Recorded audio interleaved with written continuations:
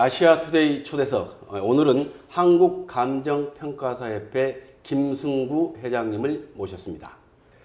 제16대 한국감정평가사협회 회장으로 재임 중인 김승구 회장은 충북대 건축공학과를 전공하고 서강대에서 부동산 경제학으로 석사학위를 취득했습니다. 2000년에 감정평가사 자격을 취득하고 2013년에는 주 대화감정평가법인 대표이사를 맡았고 같은 해에 평가사협회 부회장을 역임했습니다. 2014년에는 대형감정평가법인 대표자협의회 회장을 지냈습니다. 현재는 한국부동산연구원 이사장과 한국감정평가사협회 회장을 맡아서 감정평가에 대한 여러 가지 성과를 일궈내고 있습니다. 자, 회장님 안녕하셨습니까? 네, 안녕하세요. 네, 네, 반갑습니다. 우리 아시아투데이 초대석 우리 네네. 그 시청자 여러분께 인사 말씀 좀 부탁드리겠습니다. 우리 아시아 초대석 시청자 여러분 안녕하십니까? 저는 국민에게 봉사하고 국가와 사회에 기여하는 감정평가사 협회를 만들기 위해서 노력하고 있는 16대 협회장을 맡고 있는 김승구입니다. 반갑습니다. 네. 자, 16대 회장인데요. 한국감정평가사협회가 그만큼 역사도 있었는데 특히 국민재산권 보호라든지 부동산 분야에서 많은 일을 하고 있습니다만은 네. 일반 국민들에게는 좀 생소하다는 그런 느낌도 받습니다. 특히 이제 한국감정원이라는 것도 있고 한국감정평가사협회가 있는데 어떤 차이점이 있고 어떤 일을 하십니까? 지금 질문하신 내용을 저희들은 우문이다 이렇게 네. 설명을 하고 있어요. 네. 왜냐하면은 예전에 2015년도가 있는데 2015년도에 정부 기재부의 공공기관 운영위원회에서 네.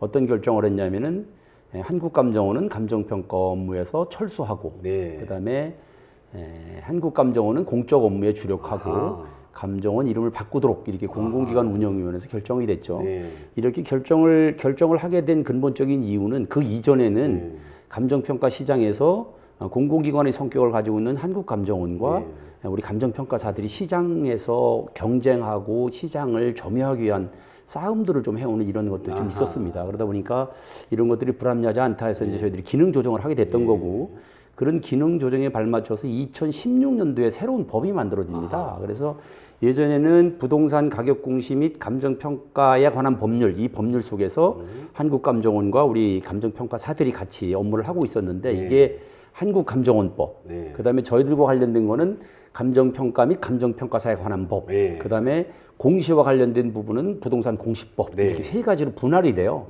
그래서 그 이후부터 2016년부터 한국감정원은 감정평가 업무를 전혀 하지 못하도록 돼 있죠. 그리고 저희들만 이제 감정평가 업무를 하게 돼 있고 감정원은 그때부터 부동산 시장에 관련된 조사, 통계 업무에 이제 주로 하게 돼 있는 거고 그래서 지금 나오는 것이 뭐 각종 아파트 주관 동향이나 이런 것들은 이제 감정원에서 지금 발표가 되고 있는 것이고요. 그런데 이제 우리 앵커님이나 국민들이 그러면 왜 감정원하고 저희들이 이렇게 혼동을 하고 있느냐? 감정원이 그 당시에 이름을 바꾸기로 했음에도 불구하고 아직까지 이름을 바꾸고 있지를 않습니다. 그러다 보니까 저희들이 지난해 국민들을 대상으로 설문조사를 했더니 국민들의 96.8%가 아직도 한국감정원은 감정평가 업무를 하는 기관으로 이해를 하고 있어요. 아하, 그러다 보니까 이제 이런 혼란이 일어난 거고요. 이런 부분들을 정리하기 위해서 20대 국회 마지막에 한국감정원 이름을 한국부동산원으로 이름을 바꿨고 그게 이제 시행되는 시기가 금년도 12월 10일자입니다. 아, 그러니까 12월부터는 이제 한국부동산 원. 그렇게 되면 감정이라는 용어가 빠져나가면서 우리 감정평가사들과 혼선이라든지 혼란 이런 부분들이 이제 많이 정리될 거라고 보는 거죠. 그래서 저희들이 보기에는 한국감정원과 우리 감정평가사 협회하고는 완전히 차이가 완전히 다르다. 소위 말해서 뭐 LH하고 저희들하고 연계 안 되는 것처럼 감정원과 저희들도 아예 분리가 됐다 이렇게 설명을 드릴 수 있고요. 그 다음에 이제 시중에 있는 우리가 쉽게 이해할 수 있는 슬로건을 하나 갖다 이렇게 말씀을 드려보면 예전에 의약분업이 많이 갈등을 할 때 약은 약사에게 진료는 의사에게 이런 말이 있었잖아요. 그렇죠. 그러니까 굉장히 유행했죠. 그렇죠. 앞으로 부동산 시장에서의 가격과 관련된 부분들은 감정평가사에게 그 다음에 통계와 관련된 부분은 한국부동산원에게 이렇게 이제 완전히 구분이 된다 이렇게 설명을 드릴 수 있을 것 같습니다. 국민들에게 약간 이제 혼돈을 줬던 이름도 완전히 바뀌는 거고 바뀌었습니다. 업무도 분명한 게 지침이 되어 있는 그렇죠. 건데 그래서 지금 시장에서 감정평가와 관련된 부동산 시장 속에서의 가격 결정은 감정을 하지 못하도록 돼 있죠. 우리 평가사협회 회원들이 한 몇 명이나 됩니까? 4,200명이 지금 현장에서 일을 하고 있고요. 실제는 한 5,300명 정도 자격 번호가 나갔는데 그 중에 이제 현장에서 일을 하는 평가사들이 4,200명 정도. 이 평가사들은 저희 협회의 회원으로 가입돼서 일을 하고 있고요. 그 다음에 나머지 한 210명 정도가 감정원에 있고, 그 다음에 한 250명 정도가 금융기관에 있고, 나머지는 뭐 공공기관이나 뭐 정부 부처에 있는 평가사들도 있고 그렇습니다. 감정평가사라 이런 분들은 굉장한 그 행시나 사시 수준의 어떤 국가의 자격고시를 통해 가지고 회원이 되는 거죠. 그렇죠. 저희들은 국토부 장관이 매년 1회 시험을 실시합니다. 매년 1회 시험을 실시하는데 이 시험은 1차와 2차로 나눠져 있는 거죠. 1차는 단답형으로 시험을 보게 돼 있고 2차는 이제 논문 방식으로 시험을 보는데 과락 없이 60점 이상 평균이 돼야지만 감정평가사 자격을 취득할 수 있고 자격을 취득해서 국토부 장관으로부터 자격 인증을 받고 국토부가 저희들한테 위탁을 준 교육 연수가 있는데 이걸 통해서 이제 교육 프로그램을 마치고 나면 평가 업무를 할 수 있는 자격을 취득하게 되는 거죠. 상당히 그 많은 그 어떤 행시나 사시 가운데 여러 가지 또 보이지 않는 실력을 갖춘 분들이 평가사협회 회원이라고 이렇게 들었습니다. 네, 고맙습니다. 이 평가사들의 그 역할이 굉장히 중요할 것 같아요. 네. 이분들이 주로 이제 각 지역에 전국에 다 곳곳에서 지금 활동하고 계시죠? 그렇죠. 전국에 우리나라 모든 곳에 다 우리 감정평가사들이 포진해서 일을 하고 있다 이렇게 인식을 하시면 될 것 같고요. 평가사들은 이렇게 인식을 좀 해주셨으면 좋겠어요. 뭐냐면은 우리나라의 부동산 시장, 우리나라뿐만 아니라 전 세계적으로 부동산 시장은 그 부동산이 가지고 있는 특성이 있지 않습니까? 이 부동산을 마음대로 늘릴 수가 없고 부동산을 마음대로 들어서 옮길 수가 없고 뭐 여러 가지 이런 부동산이 가지고 있는 특수성이 있는데 이런 특수성 때문에 부동산 시장은 불완전 경쟁 시장을 구성하고 있습니다. 이 불완전 경쟁 시장이라는 것은 뭐냐면은 수요와 공급 원리가 맞지 않고 일물일가의 가격이 성립되지 않는 시장인 거죠. 그러면 이렇게 불완전 경쟁 시장 속에서 제대로 된 가격을 찾아낼 수 있는 게 무엇이 있을까라고 고민을 하다가 그러면 이 부동산 시장의 불완전성을 이해하고 이거를 완전 경쟁 시장으로 대체해서 거기서 거래될 수 있는 정확한 가격을 뽑아낼 수 있는 사람들을 양성한 것이 감정평가사거든요. 대단한 전문성이 좀 필요하겠군요. 그렇죠. 그러니까 완전 경쟁 시장을 부동산의 완전 경쟁 시장을 대체해서 가격을 제대로 만들어낼 수 있는 사람들이 감정평가사다. 이렇게 인식을 하면 되고요. 그러면 이런 제도가 왜 필요했을까가 궁금하지 않습니까? 이런 제도는 부동산의 불완전 경쟁 시장 속에서 가격이 딱 하나로 정해져 있지 않으니까 이 부동산을 가지고 있는 사람들 사이에 이해관계 간의 갈등이 있을 수가 있습니다. 소위 말해서 정부에서 공익사업을 위해서 토지를 사들이려면 토지주로부터 토지를 사들여야 되는데 팔려는 사람과 살려는 사람의 가격이 차이가 있고 그 다음에 금융기관에서 돈을 쓰려면 금융기관에서는 안정성을 생각하는데 돈을 쓰는 사람은 좀 더 많이 쓰고 싶은 생각들이 있고 이런 여러 가지 부분들이 있는데 여기서 이해관계가 충돌될 수 있는데 이거를 조정할 수 있는 역할을 하도록 감정평가사한테 공정한 가격을 제시해서 양 당사자 간의 이해관계를 조절해서 제대로 된 시장을 형성하도록 이렇게 만들어진 게 감정평가사 제도죠. 그런 면에서 보면 저희들이 상당한 중요한 역할을 하고 있는 거고 그런 역할들이 결국은 국민들의 실생활 속에 상당히 밀접하게 연관이 돼 있다 이렇게 인식을 하시면 될 것 같습니다. 이제 이왕 부동산이 이제 한국감정평가사하고는 뗄래야 뗄 수 없는 하나의 업무 중에 하나인데 이번에 이제 8.4 부동산 대책. 그렇죠.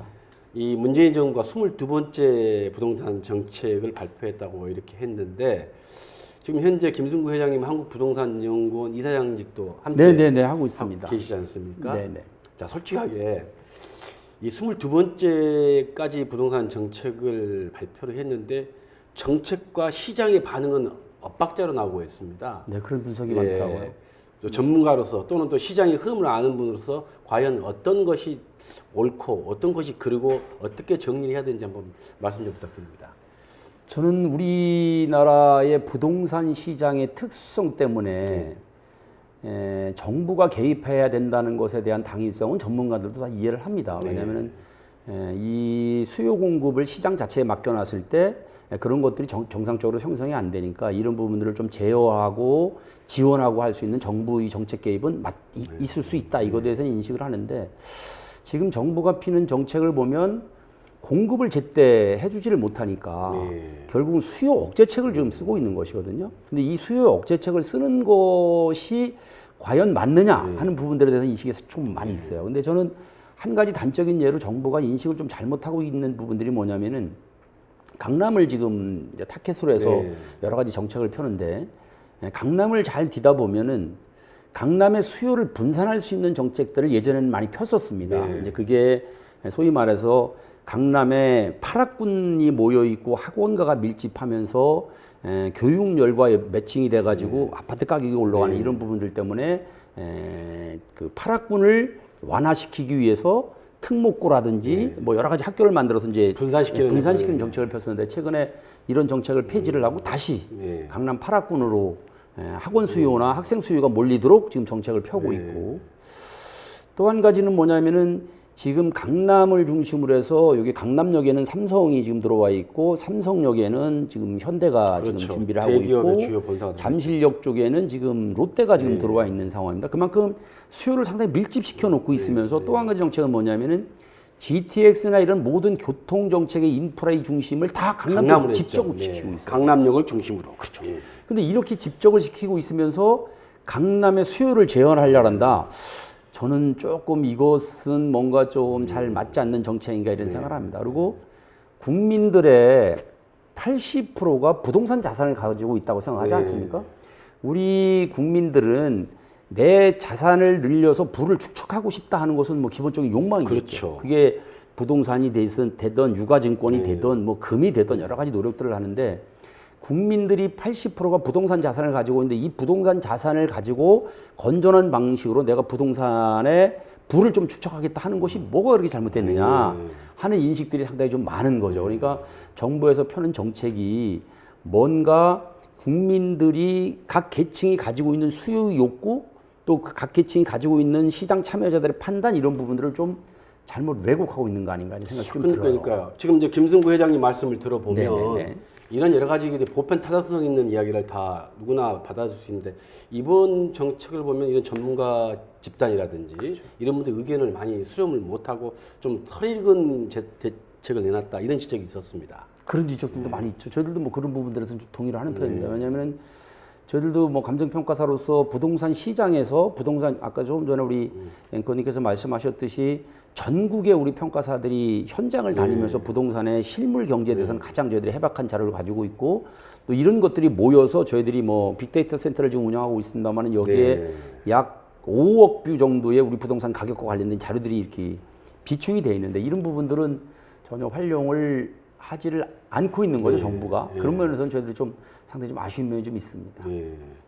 자, 우리 감정평가사가 다양한 지금 업무를 하고 그렇죠. 있는데 국민의 이제 신뢰를 받기 위해서 감정평가의 가장 중요한 공정성 또 신뢰성이라고 이렇게 저는 봅니다. 이를 위해서 이제 우리 평가사 협회가 하고 있는 추진하고 있는 다양한 또 여러 가지 일이 있을 것 같은데. 네네.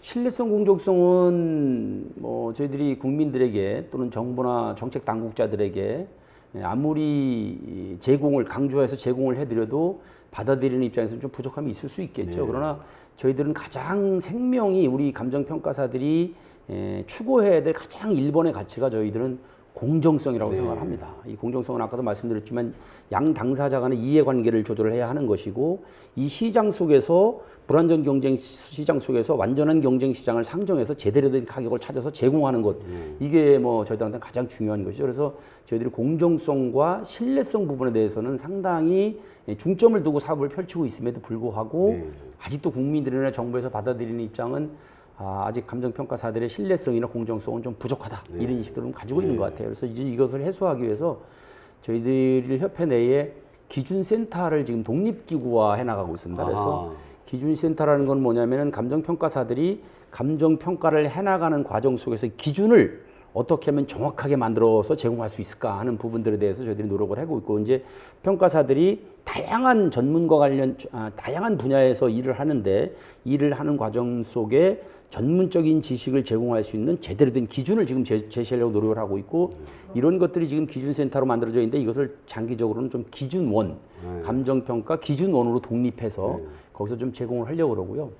그다음에 이제 신뢰성과 관련된 부분들은 감정평가사들이 그런 기준, 제대로 된 기준을 가지고 일을 하지만 다소 문제가 있을 수 있는 여지가 있어서 이런 부분들에 대해서는 우리 공정심사실을 지금 운영을 하고 있는데 공정심사실에서 일하는 심사위원들에게 전문 인증제를 둬서 좀 더 역량을 좀 키워가지고 제대로 된 심사 시스템을 만들어서 공정성과 신뢰성을 담보하려고 저희 노력을 하고 있습니다. 이러한 노력 속에서 한 가지 좀 아쉬운 건 뭐냐면은 감정평가사들이 그러면 이렇게 공정성과 신뢰성을 담보를 하려면 제도적인 뒷받침이 좀 돼야 되는데 이런 것들이 좀 잘 안 되는 게 있어요. 그게 어떤 내용이냐면은 우리 국민들이 공정한 재판을 받을 권리는 있지 않습니까? 네, 그렇죠. 그런데 판사를 선택할 권리는 없잖아요. 네, 그거는 그렇죠. 만약에 제가 판사를 선택해서 재판을 받았다면 그 재판이 공정하다고 다른 사람들이 인정을 하지 않지 않겠어요. 근데 저희들도 판사와 같이 공정한 평가를 하도록 명령되어져 있으면서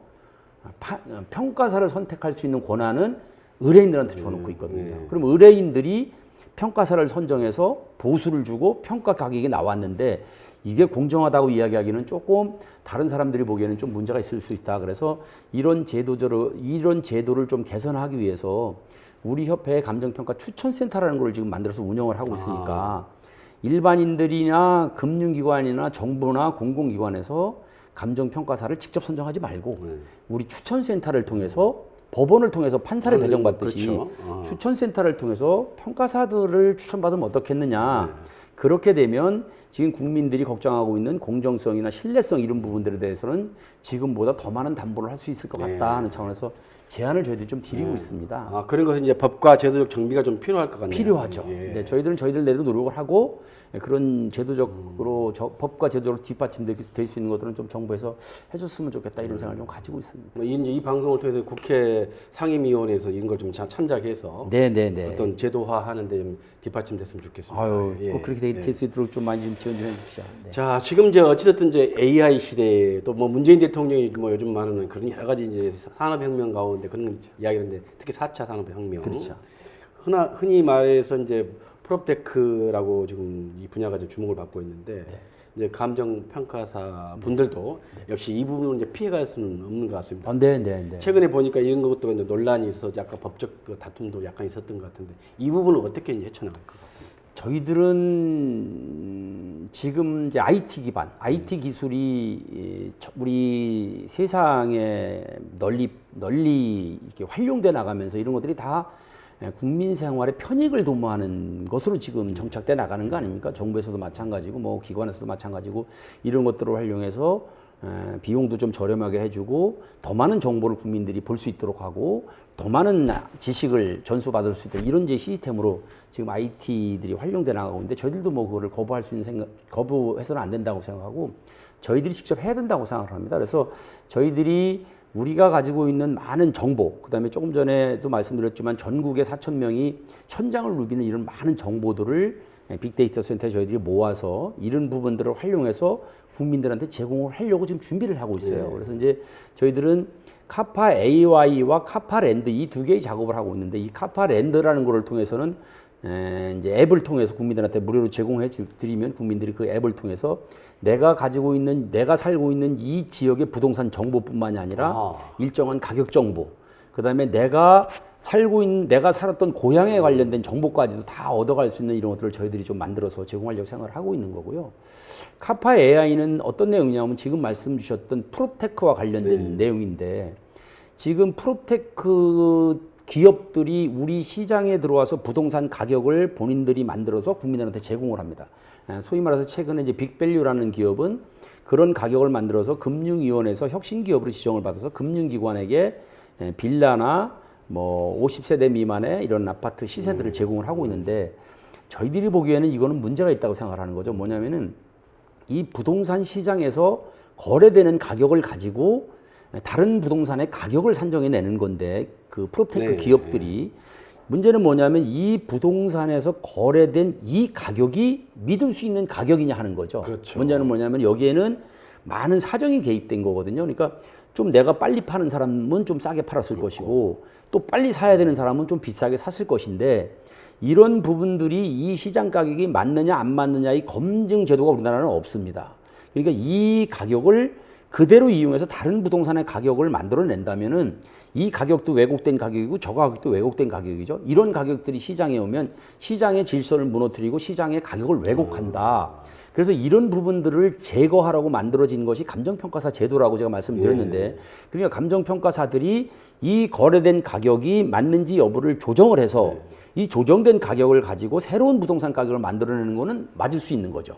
근데 지금 프롭테크 기업들이 하는 것은 이런 절차를 못 가져가는 거니까 여기서 하는 것은 좀 문제가 있다. 그래서 저희들이 카파 AI라는 걸 통해서 지금 시범 사업을 하고 있습니다. 시범 사업을 하고 있는데 카파 AI라는 걸 통해서 우리 시장에서 거래된 가격, 그다음에 저희들이 평가한 평가 전례, 이 두 가지를 이용해서 다른 부동산 가격도 산정하는 시스템을 만들어서 저희들이 이것도 금융위원회 같은 데 제공을 해서 이걸 통해서 국민들한테 서비스를 제공하려고 저희들이 준비를 하고 있어요. 그래서 좀 더 쉽게 말하면 요즘 최근에 논란이 되었던 타다, 그렇죠. 그다음에 일반적인 개인 택시라든지 일반 대중교통, 그렇죠. 이 분야에 충돌했던, 그렇죠. 소위 말해서 그런 것이 법과 제도가 정비가 되지 않는 데서 이미 기반되어 있는 우리 감정평가사의 시장을 교란시키는 역할도 하겠네요. 그렇죠. 그러니까 저희들이 보기에는 타다나 택시업계하고는 상황이 좀 다른 거죠. 네. 거기는 진짜 시장을 갖고 싸웠던 거고, 저희들은 시장을 갖고 싸우는 건 아니고 이 시장 속에서 잘못된 제도가 들어오는 것은 저희들이 바로 잡겠다. 그러니까 알겠습니다. 프롭테크 기업들이 부동산 시장의 가격에 왜곡된 가격을 제공하고 있는데 이것은 잘못된 거다. 그래서 평가사들이 만든 카파 AI를 통해서 저희들이 국민들한테 올바른 정보를 제공하겠다, 이런 생각을 가지고 있는 거예요. 그래서 저희들이 지금 프롭테크 기업 빅밸류가 그런 것들을 하는 것을 저희들이 이제 고발 조치를 해놨는데, 그 고발 조치한 것은 감정평가법 위반으로 고발을 해놨는데, 그 얘기는 뭐냐면은 감정평가법에 보면 이 부동산 시장에서 이 거래의 가격이 잘 됐는지 잘못됐는지를 분석하는 행위가 결국은 감정평가사들이 해야 될 역할인데, 이런 역할을 하지 않고 이렇게 하는 것은 문제다. 그래서 저희들이 이제 이런 것들을 좀 바로 잡기 위해서 지금 고발 조치를 해놓고 있는 거예요. 그래서 저희들이 지금 조금 전에 말씀하셨던 4차 산업혁명과 관련된 여러 가지 부분들에 대해서는 저희들이 뒤처지지 않도록 국민들한테 제때 정보를 제공할 수 있도록 열심히 노력을 해나가고 있습니다. 일반 공무원들이, 아니 일반 국민들이 소위 카파랜드에 들어가게 되면 자기 갖고 있는 재산의 부동산에 대한 공시지가라든지 이런 것들이 긍정적으로 이렇게 평가할 수 있는 그런 시스템이 되어 있는 거죠. 그렇죠. 저희들이 정확한 가격은 모르더라도 어느 정도 레인지, 이 정도의 가격 범위. 소위 말해서 내가 우리 앵커하고 무슨 거래를 하고 싶은데 가격을 잘 모르니까 어떻게 할 수가 없잖아요. 우리 시장에는 그런 지표가 나와 있지는 않습니다. 그러니까 그런 부분들에 대해서 좀 할 수 있는 레인지 범위는 저희들이 제공할 수 있다고 생각을 하는 거고, 아까 질문 주신 것 중에서 우리 부동산 시장에서 이 전문가의 역할이 좀 중요하지 않나 이런 말씀을 주셨잖아요. 근데 그런 부분들이 정부에서 좀 활용을 못하고 있어서 안타깝다고 생각하는데, 그게 뭐냐면은 우리 부동산 시장에는 아까 말씀드렸듯이 불완전 경쟁 시장 속에서 국민들이 참조할 수 있는 가격이 딱 하나밖에 없는 거죠. 실거래 가격. 이 실거래 가격은 공개가 되는데 이 실거래 가격이 맞는지 안 맞는지는 아무도 모르는 거죠. 그렇죠. 그래서 이 거래의 지표를 제대로 제공해 줄 수 있는 자격자가 있어야 된다는 거죠. 그게 저희들 감정평가사라고 보는 거죠. 그래서 우리나라에 한 3,300만 토지 필지가 있고 1,300만 호의 아파트가 있고 420만 개의 주택이 있습니다. 이 주택과 관련해서 지금 우리가 공시가격 제도를 운영을 하고 있어요. 공시가격 제도를 운영을 하고 있는데, 토지는 50만 개를 표준으로 하고 있고 주택은 22만 개, 그다음에 공동주택은 아예 없습니다. 그런데 이제 문제는 뭐냐면은 지금 국민들이 내가 그럼 아파트를 갖고 있던 주택을 갖고 있던 토지를 갖고 있는 사람들이 뭔가 거래의 지표로 삼아야 될 자료가 있었는데 이게 없는 거죠. 그래서 저희들은 이거를 감정평가사들이 시장의 전문가이니까 감정평가사들을 통해서 표준 부동산, 소위 말해서 토지는 50만 개, 주택은 22만 개, 그다음에 아파트는 1,300만 호 정도 되는데 거기에 아파트 동수로 보면 42만 개 정도 됩니다. 그러면 42만 개의 공동주택 표본만 만들면 이 세 가지를 다 감정평가사들이 시장에 완전 경쟁 시장을 상정한 상태에서의 가격을 만들어서 저희들이 표준 부동산 가격으로 제공해주면 이것은 그렇죠. 이것을 통해서 국민들은 거래의 지표로 삼을 수가 있는 거거든요. 예를 들어서 부동산 아파트 사는데 너무 주변에 비해 시세가 뛰었다 그러면 그렇죠. 의제기도 할 수 있고. 그렇죠. 그러니까 정부에서 지금 부동산 감독 기구를 만드는데 감독 기구에서 해야 될 일이 담합, 부정거래 뭐 이런 것들이지 않습니까? 그 얘기는 뭐냐면은 우리 부동산 시장에 그렇게 담합이나 부정거래가 있을 수 있다는 얘기는 뭐냐면은 우리 부동산 시장의 정보가 투명하게 공개가 안 되고 있어서 그러거든요. 우리나라를 단적으로 보면 우리나라가 경제 규모는 GDP 규모로 보면 전 세계에서 10위권입니다. 그렇습니다. 그런데 부동산 소비자 지수는 30위권이에요. 그 얘기는 뭐냐면은 부동산과 관련된 소비자들의 정보의 공개가 편중돼 있다는 거예요. 그러니까 저하고 앵커님이 계신데 제가 부동산 정보를 많이 가지고 있으면 저한테 사기를 당하는 거죠. 그렇잖아요. 근데 내가 이 아파트를 사고 싶은데 이 아파트를 사려고 그러는데 살 수 있는 자료, 아무런 자료가 없으니까 이 사람은 부동산 중개사무소를 가는데 또는 뭐 주민들한테 물어보는데 거기서 잘못된 정보가 나온다면 잘못된 정보 속에서 이 부동산을 사게 되는 상황이 오는 거죠. 그러니까 결국 그걸 방지하려면 A라는 동의 표준 아파트 가격을 우리 감정평가사를 통해서 공시를 해놓으면 아, 이 아파트는 대개 이 정도 범위 내에서 형성이 되겠구나라면 제가 보기에는 거래의 투명성 이런 것들이 확 좋아지겠죠. 글쎄, 이런 것을 왜 우리 이번에 부동산 정책을 펼 때 놓쳤는지 참 안타깝습니다. 알고 있을 텐데. 글쎄요. 그래서 아까 말씀하셨듯이 우리 시장에서 부동산 시장의 여러 가지 문제를 해결하는데 그 분야에 특화된 전문가들이 많거든요. 저희들은 뭐 이제 가격과 관련된 부분, 또 작은 부분의 거래는 또 중개사들도 있고, 그다음에 조세와 관련된 세무사들도 있고, 근데 이런 부분들을 좀 잘 망라를 해서 제대로 된 정책을 좀 만들어냈으면 좋겠다 하는 차원에서 정부나 정책 당국에서 우리 같은 전문 평가사들, 전문가들을 좀 많이 활용했으면 좋겠다는 좀 아쉬움이 좀 있습니다. 그렇게 되면 어느 정도 좋은 제안을 할 수 있을 것 같은데. 근데 아시아 투데이 초대서 한국 감정평가사 협회 김승구 회장님과 지금 말씀 나누고 있는데 어느덧 이제 정리할 시간이 된 것 같습니다. 자, 감정평가사 협회는 또 이런 전문적인 활동도 하지만은 대사회적인 활동도 많이 하고 있는 것도 알고 있습니다. 특히 이제 사회복지라든지 이런 분야에 많이 참여를 하고 있는데 몇 가지 좀 예를 좀 소개해 주시죠.